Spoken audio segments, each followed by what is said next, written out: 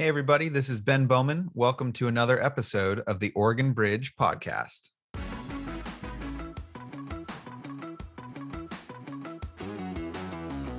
The wishes of the Republican base in Oregon are sort of directly at odds with the interests of the Republican Party statewide in terms of winning office. Conservatism for the last few decades hasn't really conserved much. Reagan would look at people who call themselves Reaganites now and would be horrified. American conservatism has had essentially the same conversations every 10 years for the last 60. Like, none of this is new. What is our role in the world? It's really the post-war American story, and we just keep trying to rehash what a conservative approach to being America is. All right, everybody, welcome back.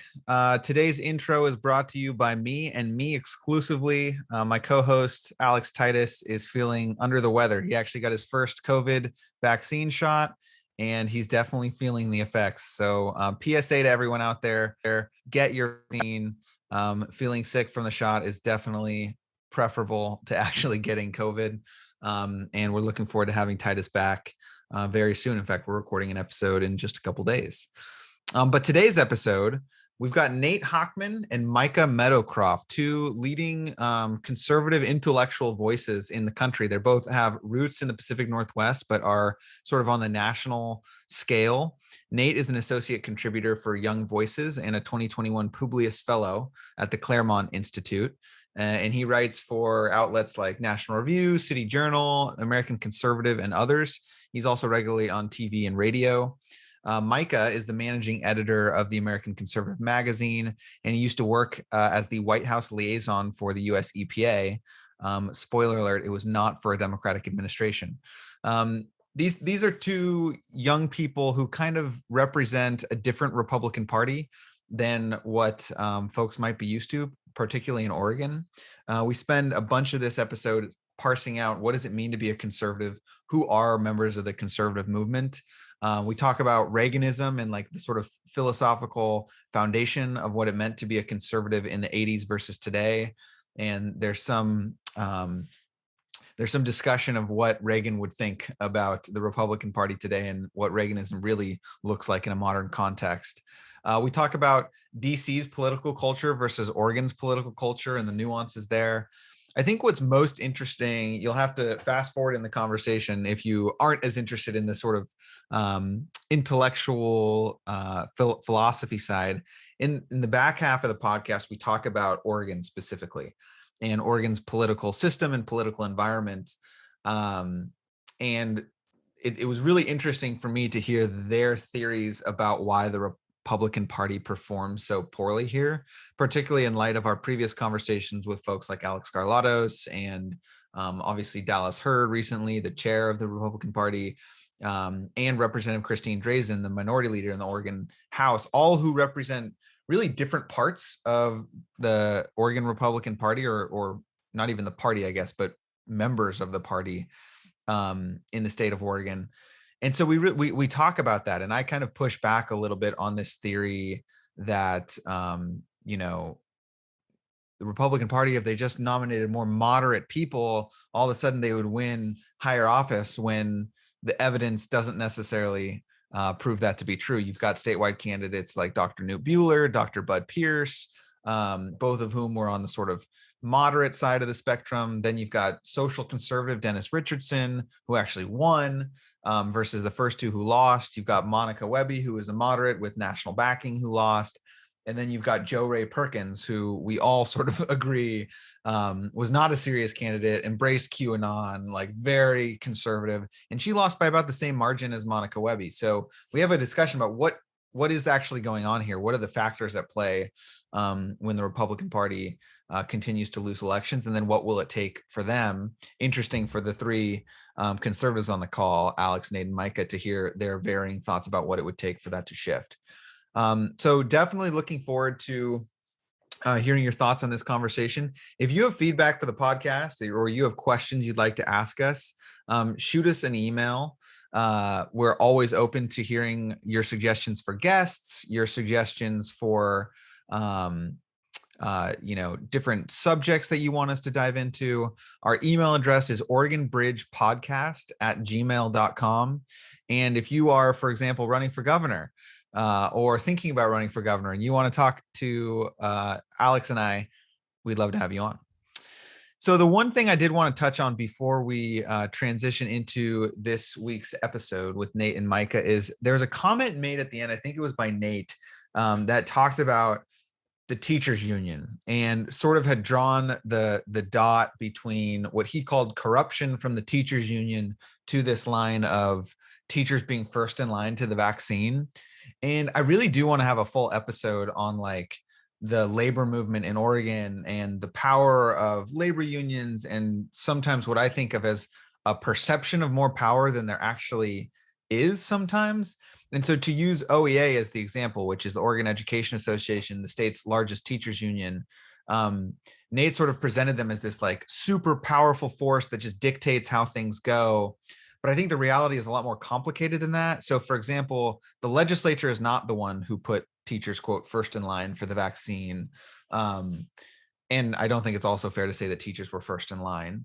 But they did receive higher precedent than others in other states, for example. But it wasn't the legislature who made that decision. It was the governor. And there's actually quotes from leaders of the teachers union, including the Portland Association of Teachers, the largest local affiliate, who basically said the governor put them in a terrible position and that they never asked to be first in line. And then I was looking back, I remember the article and it took me a while to find it, but there was an article in 2011, the catchline, it was written by Nigel Jaquist of the Willamette Week, the sort of legendary political reporter. And the tagline is, the Oregon Education Association gave Kitzhaber more than $1 million, and now he's giving it pay cuts and pink slips. And I don't believe that was for his 2010 election. I don't think he was endorsed by OEA in his 2014 election. So I think that kind of demonstrates the more complex history. Obviously, OEA was very against the cuts to PERS, the public employee retirement system, that Democratic majorities in the House and the Senate moved through the legislature.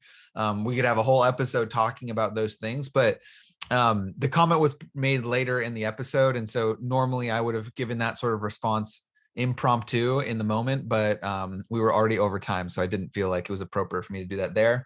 But I'm the host of the show, so I get to do it in the intro if I want to. But yeah, that's the intro. Hope everyone enjoys the podcast. Please remember to give us a 5-star rating. A little context there. The reason why we ask for that is because the more ratings we get, the easier it is for other people to find the podcast if they're looking for a political podcast or an Oregon politics podcast. It helps us show up in search results. So please do, if you wouldn't mind, give us a 5-star rating, and even better is if you can write a review and say what you like about the show. It would mean a lot to us. But other than that, we really appreciate you listening each week, and looking forward to seeing you next time. Enjoy today's episode. All right, everybody, welcome back to another episode of the Oregon Bridge. Today, we're really excited to have our first, 4 people on the podcast. I almost called that a duopoly, but that's obviously that's a different thing. A bad start right away, but really excited to have Micah and Nate here, who are two, I wouldn't even necessarily call them up and coming because they're already doing really cool things on the national stage, but they're two Oregonians. Both of them are conservative. Really excited to have them on the pod and ask them what's going on the national scene, and then as well as some of the things that are happening with the GOP in Oregon. So Micah, how are you doing today? What's up? I'm well. Thanks for having me on, guys. As Titus said, my name is Micah Meadowcroft. I'm the managing editor at the American Conservative. And I have to start by complicating my identity as an Oregonian by saying, yes, I was born in Portland, from Portland, but my family lives on the Washington side of the Columbia River in Vancouver. So a suburb that Oregonians will be familiar with, but the rest of the country has never, ever heard of. The first Vancouver, by the way. And so, yeah, I consider myself probably more of a Pacific Northwesterner in general and follow both Washington State and Oregon politics and Portland city politics. As long as you're not part of Greater Idaho, we're okay. We're actually part of the team. I hope we talk about that, though. That'd be fun. Definitely. Nate, what about you? What's your background? I'm Nate, a Hochman. I'm finishing up my senior year at Colorado College right now. Native of Portland, but my family lives out in Hood River, which is like an hour east, which is where I am right now. So we got out of Portland like a year ago, which was a fortuitous timing. And I'm a Young Voices Associate contributor. I write pretty regularly for outlets like National Review and City Journal, American Conservative sometimes. And I'm a Publius Fellow at the Claremont Institute this summer, which I think Alex did a few years ago, if I remember correctly. I did, yes. Great fellowship. We love our folks at Claremont. And actually, I think Claremont will come up a little bit in this conversation later today, which I'm excited about. So part of the frame for this episode and what I want to do is, of course, all of our listeners are local Oregonians. And we really want to help them understand a little bit just kind of what's happened on the national level with the GOP. So Nate, maybe you can start us off. Can you just give us a super high level 30,000 foot view of let's start with conservatism in the Reagan era, right? So Ronald Reagan, overwhelming victory in 1980, overwhelming victory in 1984. We have Reaganism, of course. Some other people may consider this to be called boomerism, which I think is something that we'll talk a little bit about today. But Nate, how do we get from someone like Ronald Reagan to electing Donald Trump just 30 or 25 years later? Yeah, it's a good question. I think a lot of people, both in terms of Reagan's conservative critics now from the populist side and his defenders, misunderstand Reagan. I think what is called Reaganism now is this really sort of perverse, emaciated kind of libertarianism, which is not a kind of politics that Reagan actually would have recognized. He was much more populist than people think he is. But it's true that Reagan represented this very free market oriented, libertarian, aesthetic, limited government brand of conservatism, which is not the brand of conservatism that Donald Trump represents. There are still elements of it in the Republican Party to one extent or another, but the party right now is trying to understand what Trumpism meant, because it means a lot of different things to a lot of different people. And that is broadly being interpreted to one extent or another by people like Josh Hawley, to a certain extent, Marco Rubio, J.D. Vance, who's running for Senate in Ohio, as a brand of conservatism which is organized around culturally conservative and socially conservative concerns, and views economics as a means to a sort of socially conservative end rather than free markets as an end unto themselves. And that often means being more willing to use state power, both in interventions in the economy and in a more sort of assertive stance towards cultural issues, to try to advance conservative ends, rather than this libertarian orthodoxy, which has reigned supreme in the Republican Party for a few decades now, which says that we can't try to use the government to make life better for our people, and that we have to essentially let corporations decide what to do and how to order the economy without any input from policymakers. Mm. So following up on that, and Micah, we'll have you start on this one. Oregon's political culture is very different from the sort of national, it's less nuanced, I would say. So like in Oregon, on the Democratic Party side, everybody's a progressive. And even if you're a moderate, you call yourself a progressive. Like everybody's a progressive. That's just the way it works. We don't really have much of a Bernie wing in state politics, which is interesting for Oregon. But like we had a state representative on, Winsve Campos, who I think is like starting to change that. But there's no real equivalent of the Bernie or the Bernie phenomenon at the national level. And on the GOP side, it seems to me you've got like, you're either a Trump America First Republican or you're not. You're an old school traditional Republican, and those are the factions. And then Titus and I were talking about this earlier. You've got at the national level, you've got people who identify as paleocons or neocons or reformicons, social conservatives, libertarians. There's a lot more nuance and layers.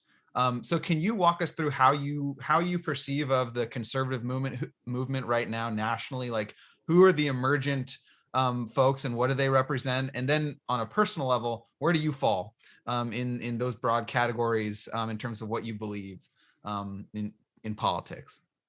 Sure. So I think labels tend to actually get in the way. And I think the Oregonian kind of simplifications, part of those comes out of the big reality in West Coast politics, and particularly the PNW and Oregon most specifically, is that it's a pioneer region and a fairly young part of the country still, and much less densely populated than the East Coast and things like that. And so like that, there's not a Bernie wing in Oregon makes perfect sense, because our post-industrial moment is a little different. Like Portland and Seattle transitioned from being, genuine, well, they're still operating ports, but like from being industrial cities to being yuppie havens pretty smoothly, and new tech moved in just fine and things like that. And so the kind of post-industrial aspect to Oregon is really like timber country and what happens to the sawmills and things like that. And that's a different feel than the appeals that people are making in the Rust Belt and in the upper Northeast. I want to get back to some of the things Nate said, which I thought were really excellent. But he highlights, Reaganism, I think he's right to say, describes not Reagan, but describes a kind of an orthodoxy that was imposed upon the Republican Party after Reagan, and using the charisma of the Reagan presidency and the kind of total victory to give it legitimacy.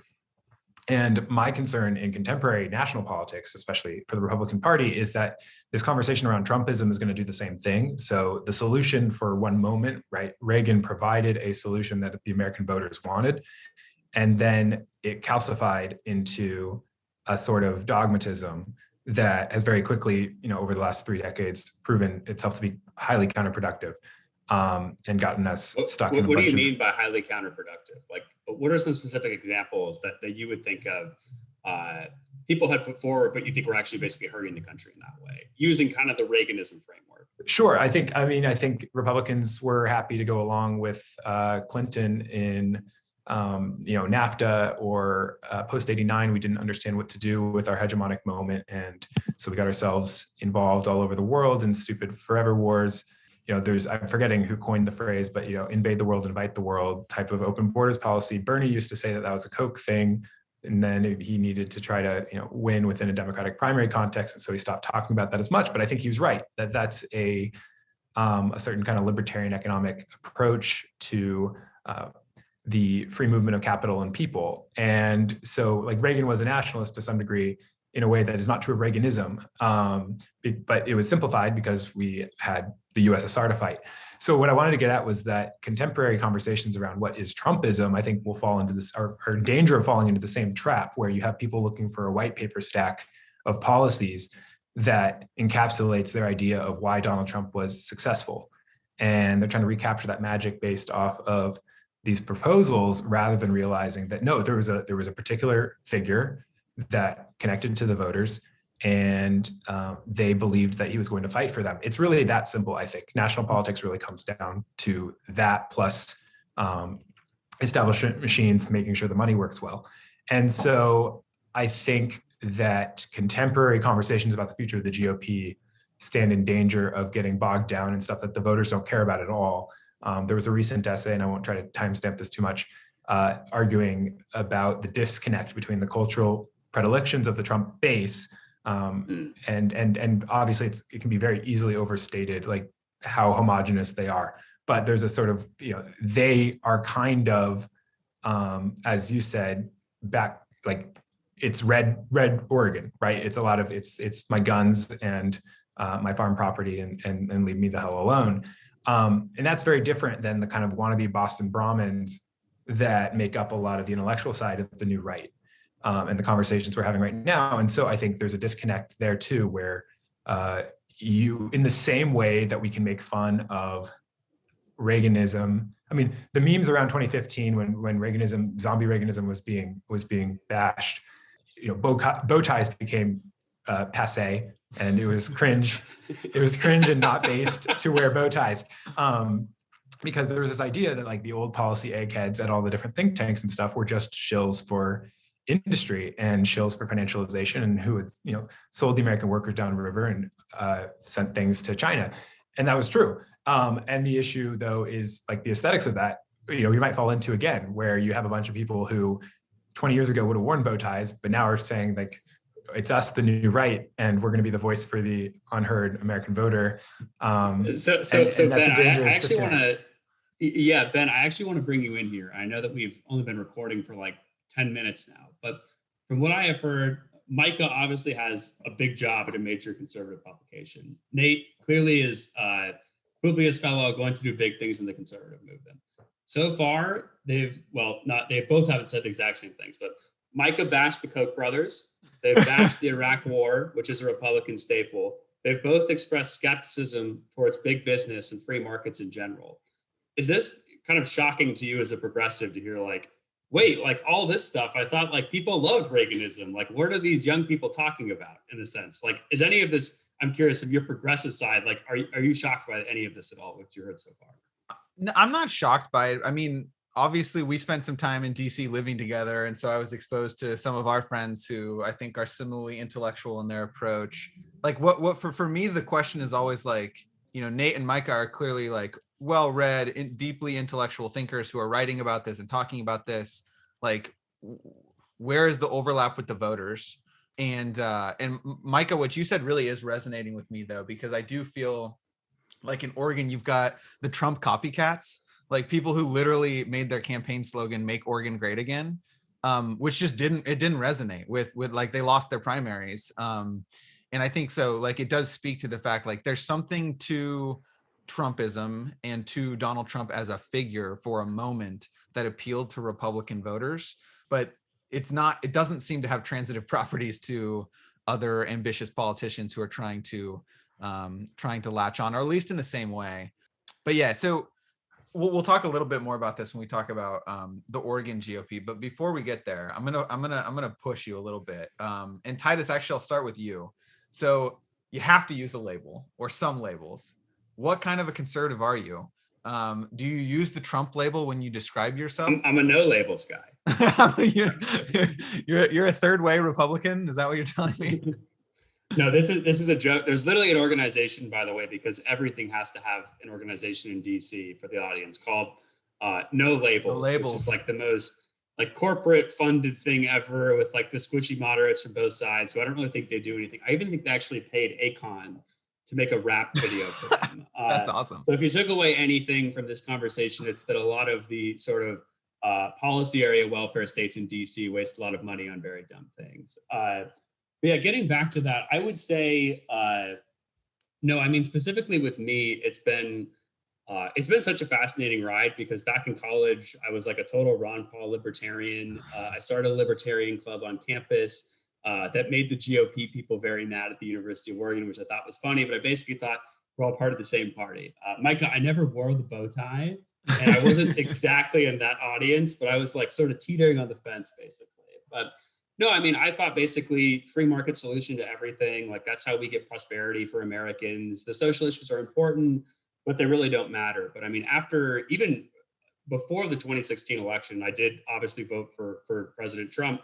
I thought like, this is really the only guy who's talking about actually helping workers and talking about social issues and questioning policies on trade and immigration. So that just dramatically shifted my views on a number of things. And yeah, I don't really know what a good label would be because I kind of have some, I'd say a little bit more America first. Yeah, more populist, more America first on the immigration and trade stuff. So a little bit more hawkish on the foreign policy areas.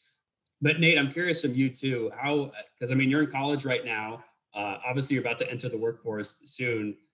Sort of like how has your labels changed or like, what would you describe yourself as? I generally refer to myself as someone who's broadly on the new right. I think I said that before we started recording. I'm a little sort of more skeptical of some of the like nationalist populist labels because I still think that is a movement intellectually and policy wise. It's still very much in its infancy. And a lot of the sort of first, they're throwing stuff against the wall and seeing what sticks, which is how any movement starts. But some of their prescriptive policies still, I think, really miss the mark and are just short-sighted and not a good idea. But I'm broadly sympathetic to the realignment, to the new right, to this idea, essentially that, conservatism for the last few decades hasn't really conserved much. It's a sort of a bumper sticker slogan, but it's actually true. What they've been successful at is cutting taxes, allowing consolidated corporate power to become more powerful. And some wins in like gun rights, which they have been successful for. But besides that, I mean, the country has lurched left. We've seen a cultural atomization, a decline in religiosity at a sort of unprecedented rate, declining birth rates, declining marriage rates. There's any metric culturally, we are in big trouble. And the conservative movement, our answer to that for decades has been every time we get in power, we'll cut your taxes more, right? And the problems that are facing 21st century America are not high taxes or overregulation. I'm someone who generally likes low taxes, generally likes a pro-business regulatory environment, but it is absurd to look at the landscape in America today and say the policy prescription here is tax cuts, which, I viewed Trump's presidency as sort of a missed opportunity in a lot of ways because he tapped into an energy and sort of instinctively understood this and instinctively understood that the Republican voters were not where Republican elites were and really were thirsting for a more comprehensive conservative governing vision. But he often wasn't actually interested in governing. So he would outsource his policy agenda to Mitch McConnell, and Mitch McConnell would do, and Paul Ryan would do tax cuts, right? Because that's sort of where they are and that's where their donors are. So to echo a really cogent point that Micah made earlier, you know, I'm on the new right, but I'm not someone who thinks that like Reaganism for the most part was a failure or was the wrong direction. I think it was the right policy prescription for the most part, with some exceptions for the moment. But Reagan's self-understanding, the way he understood his political project, was the application of these timeless conservative principles in terms of policy to the particular needs of the moment. What America needed in the moment with the Cold War, with stagflation in the 70s, was a pretty aggressive tax cut regime, a lot of military spending and the projection of American military power abroad, and a variety of other things. But Reagan would look at people who call themselves Reaganites now, 30, 40 years later, doing the same exact policies, and would be horrified, right? Because it was never intended to be the same policy prescriptions ad nauseum. It was an attempt to apply timeless conservative principles in terms of policy to the needs of the moment. Those aren't our needs anymore. That's not what America in 2021 needs. And it is frankly sort of mind-boggling to me that you still have a lot of conservatives who still think that basically it's fine to just do tax cuts and deregulation every time you get into power. Because, I mean, high taxes aren't top 10 problems in America today. So what we need right now is creative policymakers and thinkers who are willing to do what Reagan did and take conservative principles and apply them creatively to what America needs right now. So that's one of the exciting things about thinkers like Hawley and Rubio and some of the intellectuals on the new right, particularly, is the fact that even though I don't always agree with the policy prescriptions, they're willing to actually step outside of the dogmas and orthodoxies and bumper stickers about socialism and actually think creatively about what to do and what a conservatism that is robust and capable of actually winning and governing rather than just doing obstruction and tax cuts whenever we get into power it looks like. So it's a very open question what that looks like in the future, but it's an exciting time to be a young conservative. No, that's a perfect transition to what I want to ask about next, which is young people and the GOP's record with young people in elections. And there's a perception out there that the Republican Party struggles with young people. When I was in college, when Alex and I were in college, which Mike, I think you're a millennial, and I think Nate, you're a Zoomer technically. So the like most vocal student group was Turning Point USA, which like famously has the like socialism sucks and big government sucks, the like very much like what you're talking about in terms of like old school Reaganism, like just never change, like keep the hits on coming. So I'm curious. Charlie Kirk has recently hopped on the populist nationalist bandwagon just because he's a grifter and that's where the energy is. Yeah. I was gonna say, oh really, but then I realized that doesn't surprise me at all. Not at all. Yeah. So I guess I'm curious, like, can you walk us through like what does being like, do you think that young conservatives or young Republicans have certain through lines that are similar for, like, is that a block within the Republican Party, or is it as diverse as the broader sort of Republican Party? That's part one. And then part two is electorally speaking, there I think the conventional wisdom like before Trump was like, the Republican Party needs to be like more moderate on social issues if it's ever going to win with young people. And that seems to be gone now. So yeah, I guess part one is like young people in the Republican Party. Who are they? What do they look like? And then part two is like, what will it take to bring more young people in terms of voters? And Michael, let's start with you. Yeah, I'll take a stab at the first part. I think Nate follows the horse race politics better than I do. As far as what young people in American conservatism right now looks like, I think there's a ton of diversity in if we had to label people and as far as what their priorities are. But I think what unites them is that they recognize, they're all facing the same set of problems, which is like bad economic prospects, worthless college degrees, and huge amounts of personal debt, a difficulty mating and marrying and producing children, technology, increasingly saturating our life in ways that are difficult to navigate and dehumanizing and alienating, increasing substance abuse, the realization that, what has the last 20 years of war in the Middle East gotten us. So I think the discontents shared by late millennials and older Zoomers are all the same. And so the problems are really clear, and the conversation is around how to address those. On the labeling question, like this is my dumb response is, my politics are really simple. I'm for good things and I'm against bad things. And Me too. and I think that's what it comes down to, and that there's a certain account of human beings that I think conservatism is about preserving. And so I guess, if we wanted to add more labels, we could say like family first or something like that. Politically, that's like federalism, right? That I think that there are certain local modes of life that are worth preserving, and that the more we open up the country to the forces of global capital, the more we dissolve those ties that bond us to each other locally, and preserving, like, the American Conservative likes to describe our magazine as Main Street conservatism, and not in the Chamber of Commerce sense, which would be more nationalization and more globalization, but rather in kind of small town America sense, and just preserving local character. So I think that, to me, the diversity of American conservatives is the goal, in part, that I want there to be a particular Oregon Republican, and I want there to be a particular California Republican, which we're seeing, we got two Claremont guys here, so to speak, or Nebraska is going to look different.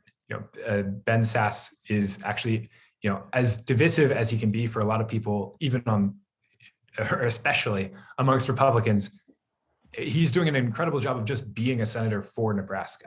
And that's what actually frustrates people, right? Is that he doesn't always make the move on the national game that they think he will or should. But like that sort of approach. Go ahead. Well, I was just going to say, to that point, you've got Charlie Baker in Massachusetts, who is a very different Republican than other Republicans, who seems to be doing well. Governor Scott in Vermont, Governor Hogan in Maryland, who have adopted, I think, specific to their state's political culture, a different kind of Republicanism that seems to be aligned with what you're talking about. And so, there's certain baselines, right? I think,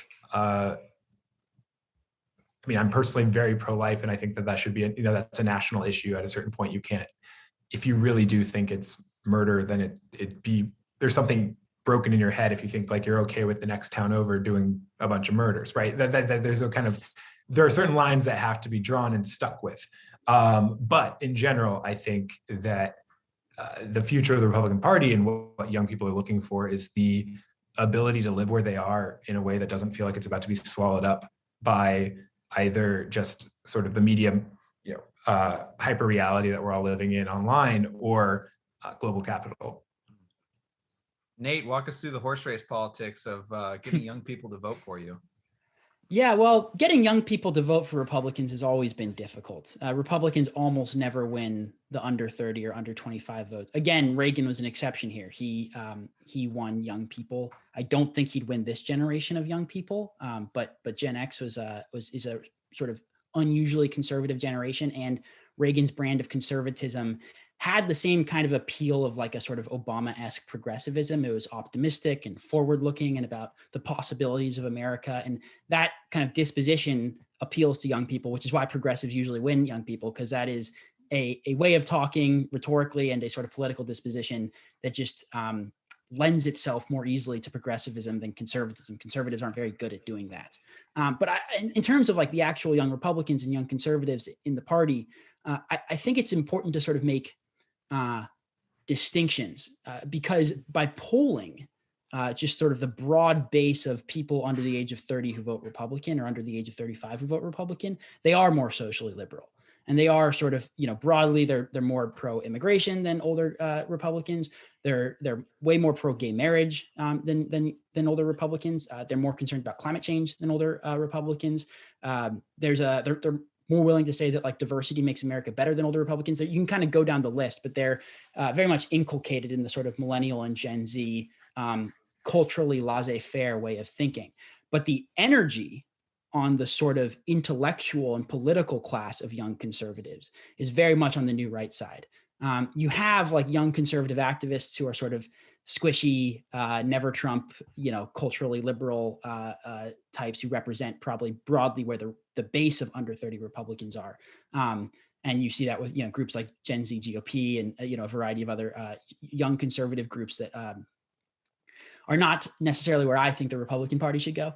But the intellectual energy, and this isn't an original insight, this is something that's been remarked on a lot, is within the conservative movement, is very much on the people who are experimenting with new ideas and having this really rich debate and talking about what a sort of realignment conservatism would look like. And that genre of conservatism, the new right, is particularly popular in the younger generation of conservative intellectuals. The people who are sort of defending the emaciated Reaganite fusionist boomer conservatism are often, boomers and older people who are very entrenched in an older way of thinking.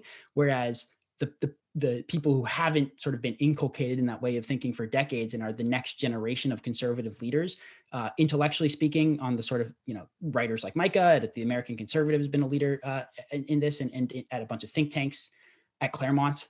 Those are the people who are in the next generation who are really sort of pushing the boundaries. And you also see that reflected in politics with, people like Josh Hawley and J.D. Vance and this next generation of younger Republican leaders who are willing to sort of think outside of the parameters that fusionist orthodoxy has set for conservatism for the last few decades.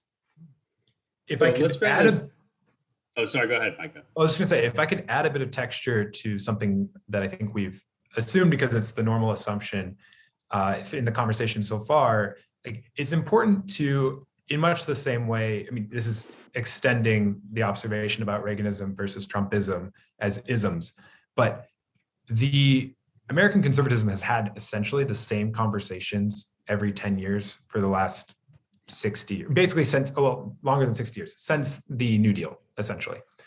There's been the same competing impulses between kind of strong religious social conservatism and pro-market, kind of old Rockefeller republicanism and national greatness / global liberalism, strong security state conservatism. And basically, none of those factions have actually ever not been a part of it. Like when we talk about, meme politics and we worry about Catholic integralism or something like that, Brent Bozell was writing Triumph magazine back in the mid 20th century on much the same questions. And Buckley was having those conversations with them and having conversations with libertarians who were interested in legalizing pot. Like none of this is new. What happens is that every decade or so, some settlement is found for now. And then at some point, people are discontent with the settlement, or like Republicans are given an opportunity to govern again, and then they find out they're really bad at governing, which is just true. And so suddenly they realize they need to go back to the drawing board and have these conversations again. And so I think it's important, like as useful as a lot of these labels and heuristics are for having the conversation now, it's also important not to get ahead of ourselves and think like, oh, these are original thoughts. And it's like, no, Russell Kirk was introducing, he's the grandpappy of paleoconservatism. He wouldn't have called himself really a paleoconservative. I think someone else called him that. But like we've had these conversations before, and that's an important part of taking seriously where we are. Is that it's sort of baked into these impulses about what is the meaning of the American founding, and by being the technological and military superpower, like what is our role in the world? Like that stuff has all been. It's the 20th. It's a story. It's really the post-war American story. And we just keep trying to rehash what a conservative approach to being America is when we're the big dog. Gotcha. Well, Micah, you mentioned governance, so we'll move a little bit more towards governance that I think a lot of people on the right hasn't been so great lately, which is the city of Portland. So let's transition the conversation to talking about Portland right now. And part of our thesis of this podcast, which I think we went over a little bit before, is that basically the nationalization of politics has really overtaken local issues, and that also because things are so nationalized, that local issues can also spring up and turn into national debates really quickly. And I think that the best example of that that's happened so far is what's going on. One of the best examples is what's going on in Portland. When I was at the Trump Super PAC, we were running political ads in Pennsylvania showing images of what was happening in Portland. Kevin McCarthy, President Trump and other Republicans have said that Portland's like a war zone. It's an anarchist zone. It's crazy there. That's kind of the GOP view of things. On the other side of things, you have folks like, I remember this reporter at CNN went to Portland and he went around on Twitter and took photos and was like, "Oh, look at the war zone. Like, it's so crazy." And it was just like pictures of ice cream shops and stuff. So obviously two really far bills, right? We have a war zone and then other guys like, yeah, this is a great place for ice cream and like donuts and stuff like that. What is kind of and Portland just keeps popping up over and over again. It's probably every 3 weeks, if not even more, that something that's happening in Portland pops up in the national debate. I'm curious and Nate, we'll start with you. What are the sort of good faith arguments you think are happening in Portland, and what are the sort of bad faith ones? Like, from your perspective as an actual Oregonian, someone who lives here and is on the right, like what actually is going on in Portland that we're seeing right now? Yeah, I mean, as with a lot of things, it's somewhere between what Bill O'Reilly says it is and CNN and MSNBC say it is. I was, as I said, I live up in Hood River, which is like an hour or so outside of Portland, and I drove down a lot this summer to report on what was going on for City Journal, which is a magazine based in New York, and it was bad.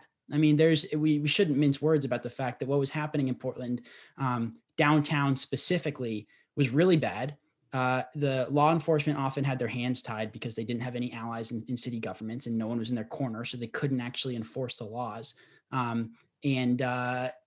This group of people, you want to call it Antifa, Black Lives Matter, general just sort of protesters, occupied a few blocks downtown and basically made it a lawless zone for months on end.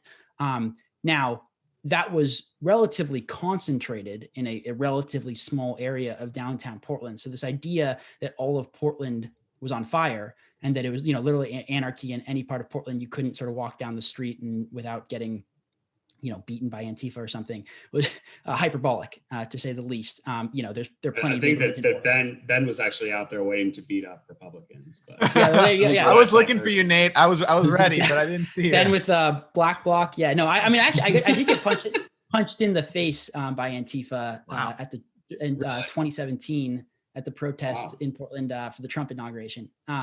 Whole different story. But the basic fact is it was really bad, and it reflects, one of the reasons that it was bad is it reflects a systemic failure in Portland governance, which is that you have a mayor and a local city government that is unwilling to enforce basic laws because they're scared of the activist class in Portland, which is incredibly powerful. That doesn't mean that all of Portland was on fire, or that the entire city was a war zone, or that people were just getting murdered in the streets willy-nilly. And you don't have to make that argument to say that what was happening was really bad.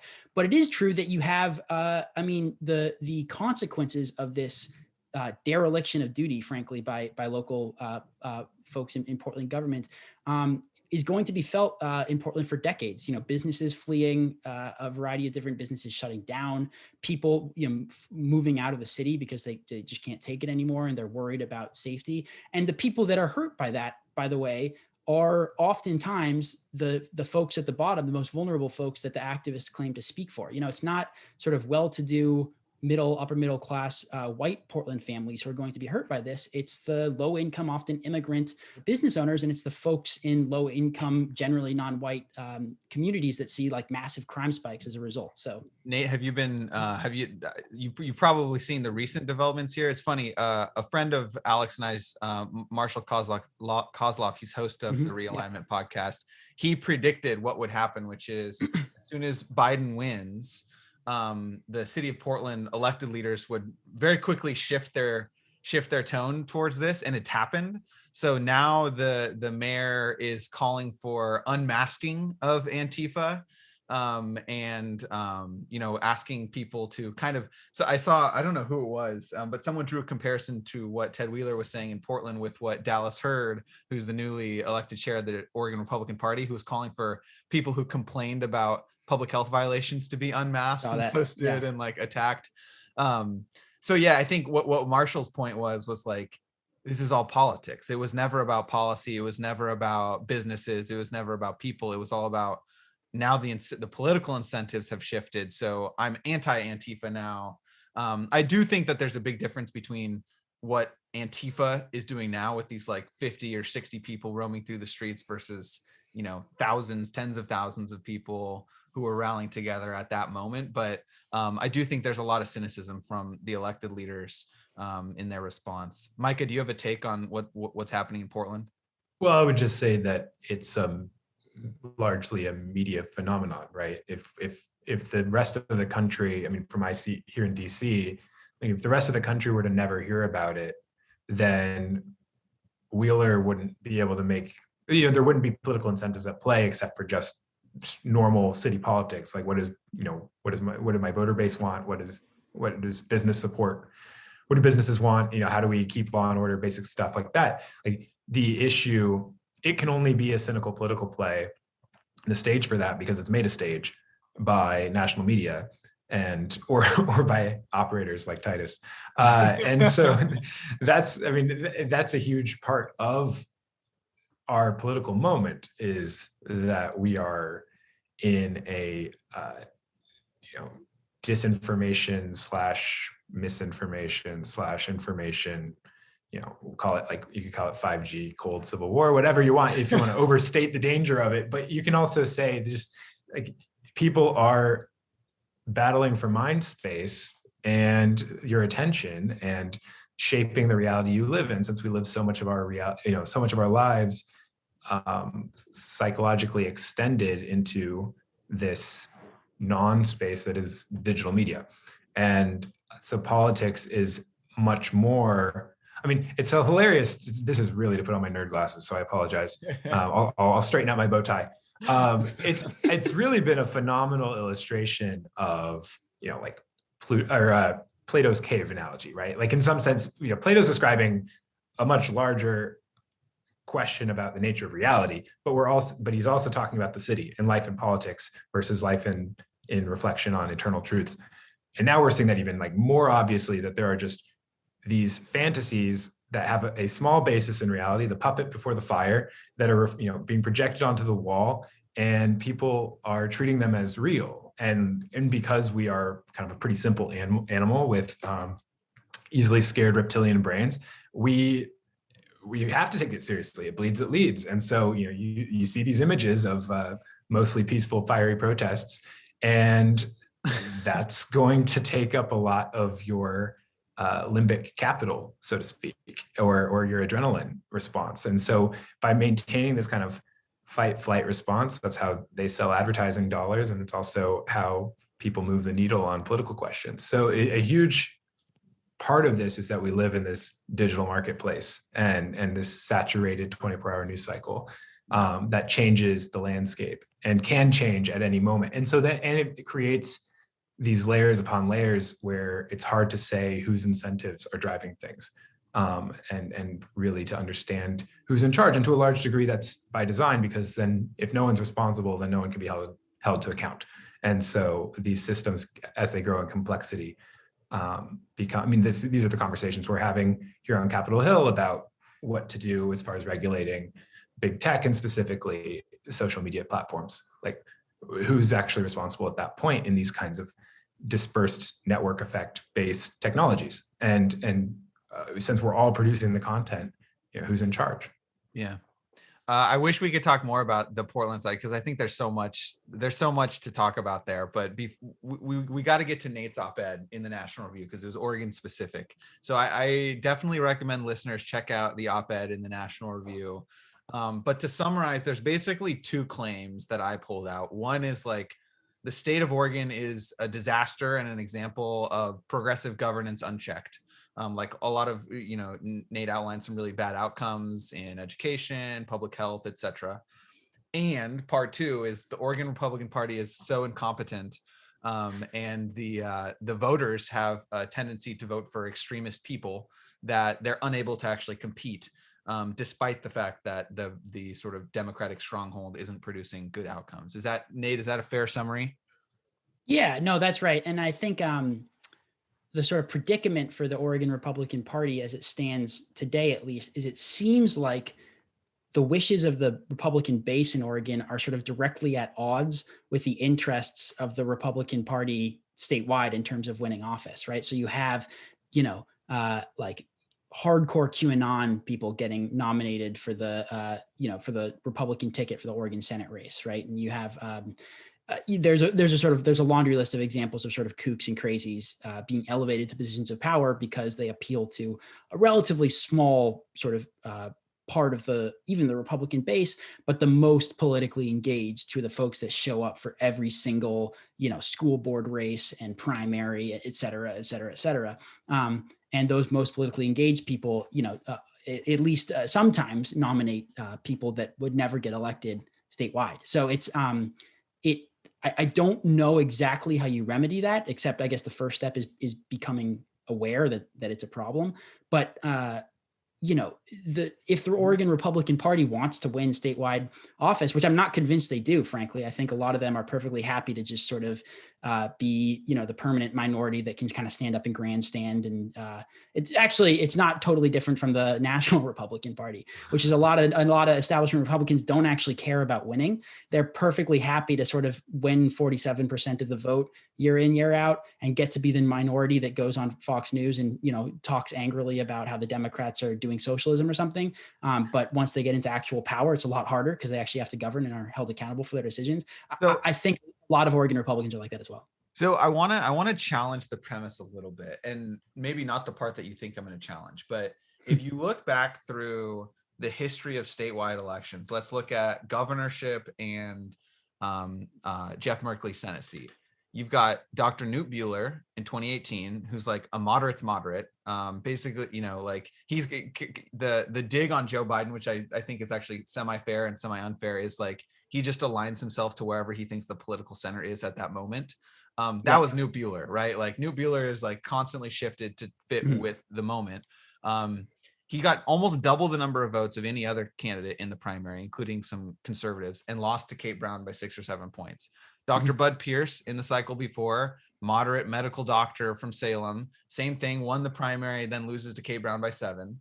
Then you've got legislator, conservative Dennis Richardson, who's a state representative who was like kind of out there on social issues, like said some pretty offensive things on gay rights and other things, won the primary, loses in the general by about 7 points.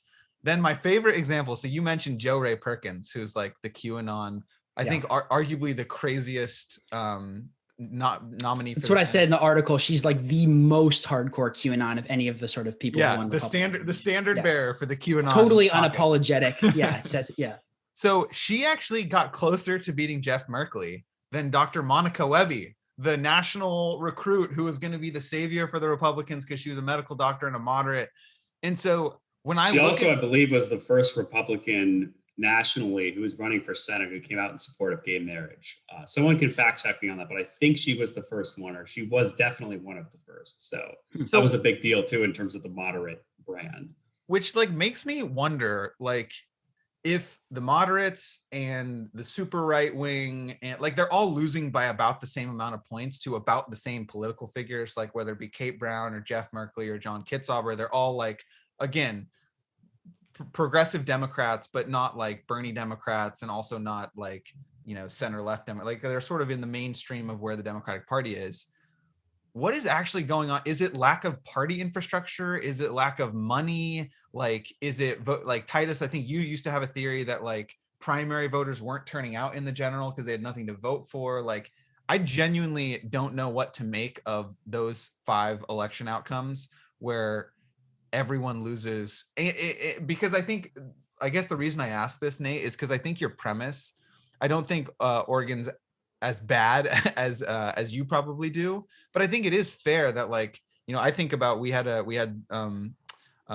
someone from the Drug Policy Alliance on who was talking about, like, Oregon is a really bad state when it comes to addiction and when it comes to mental health services. Like, that's true, and I think Democrats should agree with that too.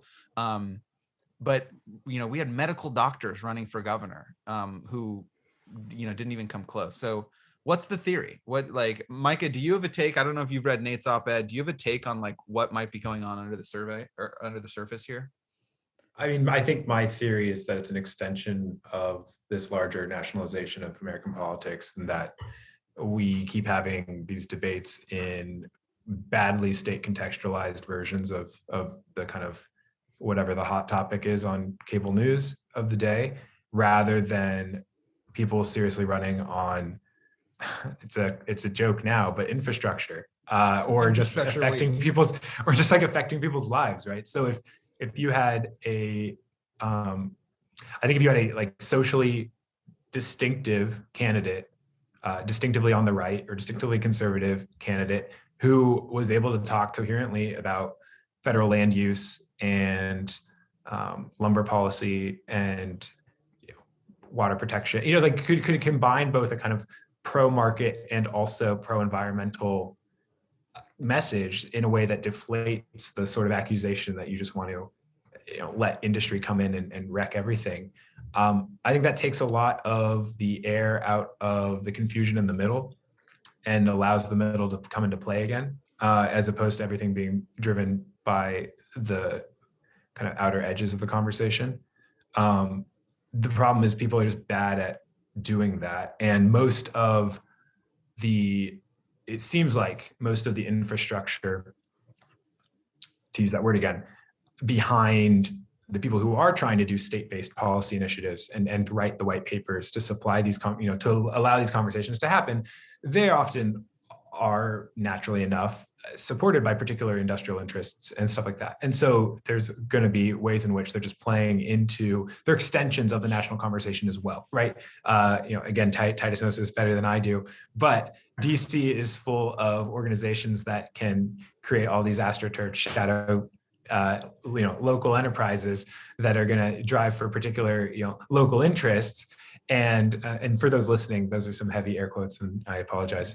But that defines so much of these conversations, so many of these conversations. And so instead of actually talking about how to make solve the youth homelessness and addiction crisis in Portland, which is a serious issue, or just the homelessness crisis in general, or to work on local family support policies in much the same way that there's been some discussion of here in DC.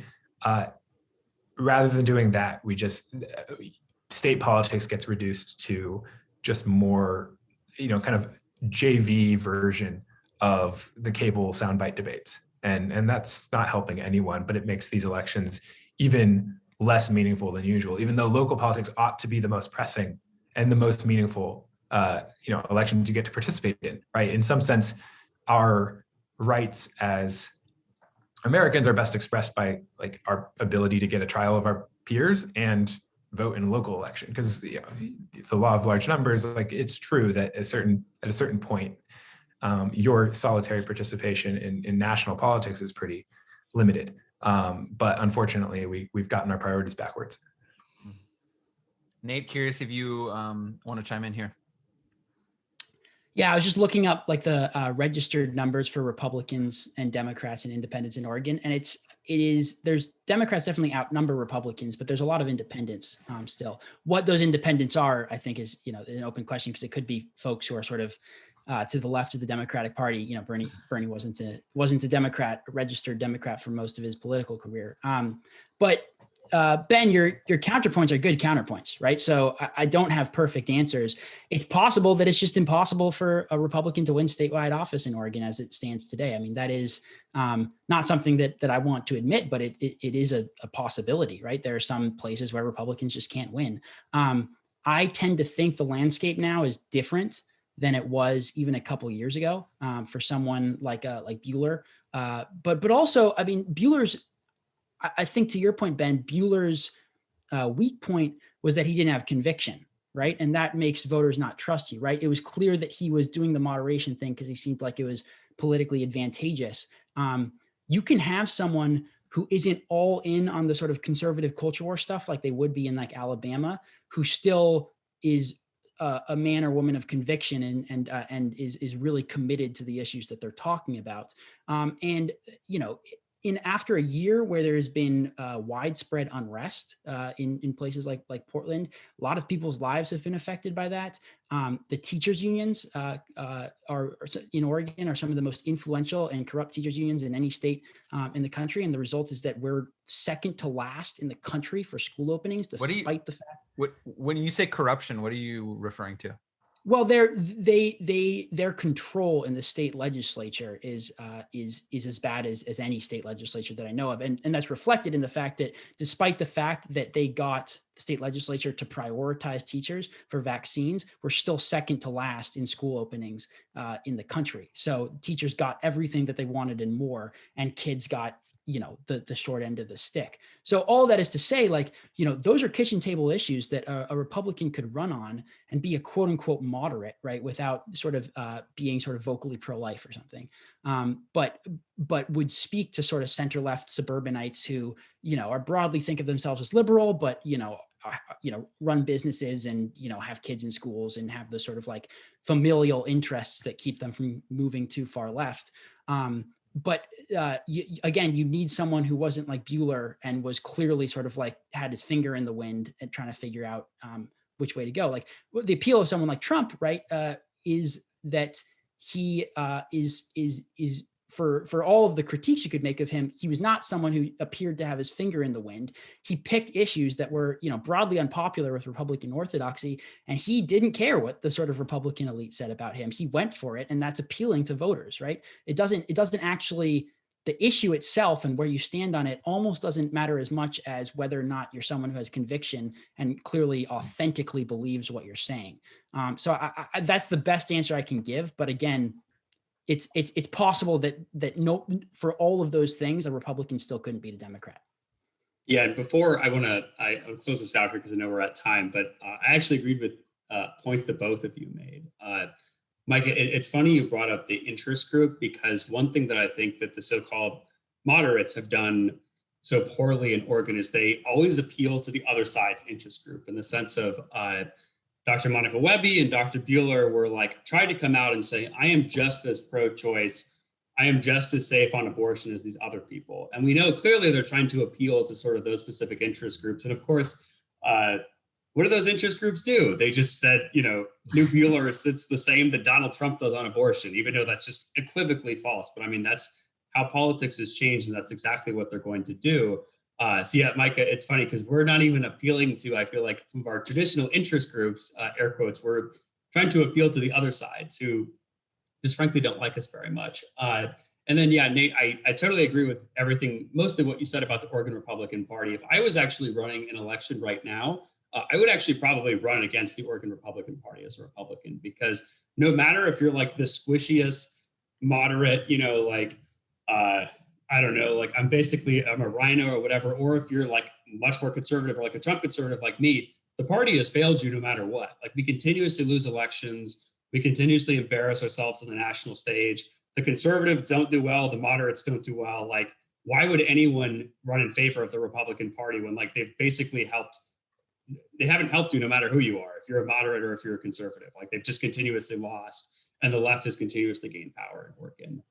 So yeah, I do think that you're right. It's and that's something we talked about a lot on the show. It's definitely time for, I think, for a health check-in with the Oregon GOP to see where we can potentially fix some things there. But yeah, guys, thanks so much for coming on. And before we close this out, I definitely want people to know where they can follow you, where they can read more about your work, where they can follow what you're doing. So Nate, we'll start with you, and then Micah, yeah, if you guys just want to say where people can find you on Twitter, or if you have a website or anything like that, that'd be great. Yeah, you can just follow me at Twitter. It's at NJ Hochman, NJHOCHMAN, and I post all my work there, as well as just tweet dumb things pretty regularly. Yeah, again, I'm Micah Meadowcroft. I'm managing editor at the American Conservative, and you can follow me on Twitter at Micah Meadowcroft. There wasn't room for two M's, so it's just my name, but no M on the second one. Micah Meadowcroft. Thanks. I think there's some awesome. Well, thanks. There's some great bison photos I saw on Micah's Twitter feed before we came on. So go check out. See a bison, post a bison. You gotta do it. Him and Santi. Yeah, there's Micah and my friend Santi wrote a really good National Review piece about bringing the buffalo back. But that was all Santi. I mean, we talked about it, but he wrote that himself. Right. Yeah. But go check bisonism, it out. Bisonism's the future. Micah got the byline too, as every good DC guy should. So very good on that one, Micah. Cool, guys. Well, thanks again for joining, and everyone, thanks again for listening. Please give us 5 stars. Please hit that subscribe button and go follow us on Twitter. We are at Oregon Bridge Pod, and we'll see you in the next one. See you, everyone.